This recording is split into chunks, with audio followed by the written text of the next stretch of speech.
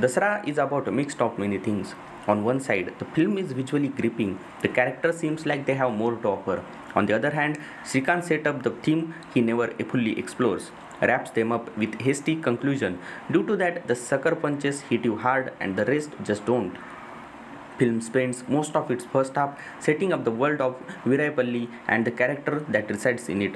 It spends ample time on the small moments. After something major happens in everyone's lives, films go full throttle in the second half. Instead of letting this character sit with their emotions, this doesn't necessarily translate to the scene that keep you fully engaged. Some don't hold your attention, some are too heavy, and the must hype song Chunky La just come out of nowhere.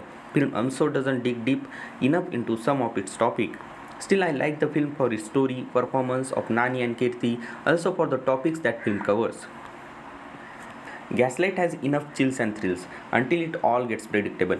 We don't know much about Misha's past except for the accident she survived and that her mother committed suicide. I think that the topic of the film needs more explanation and to neatly understand the impact on Misha of that.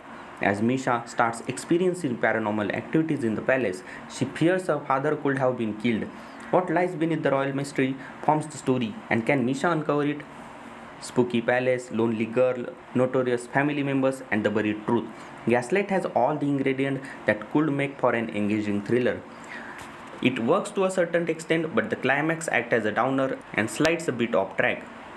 Sara Ali Khan could have lightened the film a bit more. Vikrant, being a fabulous actor, clearly deserves a good writing. Chitrangada did her job well. Gaslight could have clearly been a good film. Viduthalai. Film's most interesting and mind-blowing part for me was 10-minute single shot opening sequence. First half was complete intense drama in Vettaraman style.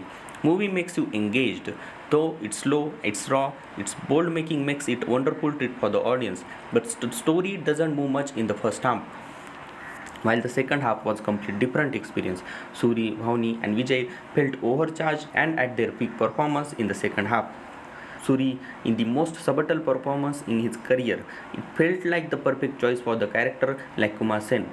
Suri, through his performance, made sure that the ignorance never came across as unreal. Vijay Sethupathiy's character has only 2 or 3 scenes in the film, but the guy has aura and grace of the next level.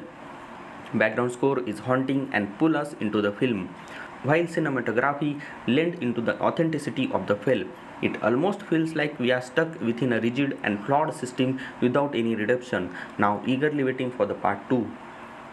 Bholaa, directed by Ajay Devgan himself, is the remake of the Tamil film Kaiti. Watch the full review by clicking on the card. Being praised for its story, cinematography, background music, and action sequences, Bholaa does it too. Seeing Ajay and Tabu in so many films, let's deep dive in order to understand what good and bad things Bholaa has to offer. Watch the full review for it.